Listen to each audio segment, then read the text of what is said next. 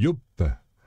Alors, comme promis la dernière fois, nous voici pour la dernière vidéo de la série concernant ma participation au concours Manga Draft. Donc, comme d'habitude, je te mets les liens en description, je me fais un petit peu une petite pub, n'hésite pas à aller t'inscrire, voter pour moi, me suivre, tout ce qu'il faut. Fais-toi plaisir. Alors, donc, au niveau de la création d'une couverture, j'ai commencé par faire mon petit crayonné que tu vois à l'écran. Et ensuite, pour cette couverture-là, j'ai fait un ancrage numérique. Donc l'ancrage numérique, on va s'ajouter là. Comme je te l'ai dit, j'avais paumé l'enregistrement de la vidéo, donc on va faire ça un peu à l'arrache. Voilà, on a notre petit ancrage numérique. Donc pour faire l'ancrage numérique, ce que j'utilise, c'est la plume G réaliste. Après, fais tes tests, vois ce qui fonctionne le mieux pour toi. Moi, j'aime bien le rendu de ce brush-là pour l'ancrage. Donc il y a le plume G pas réaliste, mais j'aime bien le réaliste parce que tu vois, il y a un peu de texture, tu vois, c'est pas trop lisse, moi j'aime bien. Voilà, c'est après les goûts, les couleurs, tous ces trucs-là, tu fais avec. Fais tes choix. Voilà. Une fois que j'ai fait ça, je suis bien content. Donc comme d'habitude, comme je l'ai fait pour mes planches, on passe aux aplats de couleurs. Voilà. Une fois que je suis satisfait de mes petites couleurs, bon déjà je dégage le crayonné qui est ici. Voilà. Donc une fois que j'ai fait ça, je vais pouvoir, comme je le fais pour mes planches, rajouter mes ombres. Donc mes ombres sont logiquement ici. Oui. Voilà. Une fois que mes ombres sont ajoutées, là je me suis amusé avec le fond. Donc y a masse de petits délires, hein. Donc là c'est... faut faire des tests, hein, tu vois, je me suis mis à fond. Ici.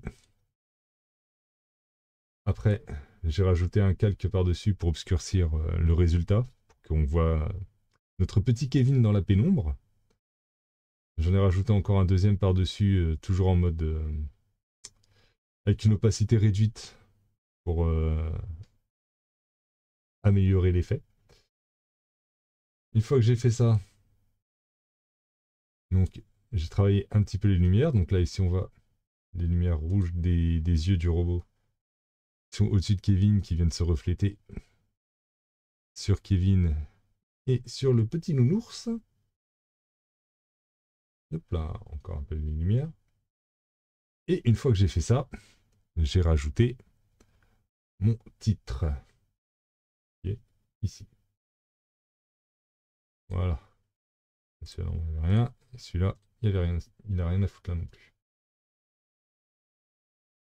Voilà, donc ça, c'est le process au niveau numérique pour créer la couverture. Si tu as été sage et que tu es resté jusque-là, tu as bien fait. Donc je vais reprendre une autre couverture que j'ai fait. Je vais te montrer le processus avant le crayonné. Donc là, ici, on a notre planche terminée. Et pour faire le choix, en fait, tu vas pas t'amuser à dessiner ta planche ou ta page en grand et te rendre compte que bah, c'était pas ouf. Ce que tu dois faire, ce qui est mieux, hein, parce que tu dois faire, mais je te conseille de le faire quand même, c'est de passer par des petites vignettes. Là. Donc là, tu vois, tu as ma feuille A4. Et ce que j'ai fait, c'est que j'ai fait des rectangles pour représenter ma couverture. Et dedans, en tout petit, j'ai dessiné à peu près ce à quoi ça devrait ressembler. Donc là, je me suis fait 8 propositions. Ça va assez vite, hein. Tu fais ça directement à l'encre ou tu le fais au crayon. Fais comme tu veux, comme toujours, c'est toi qui choisis.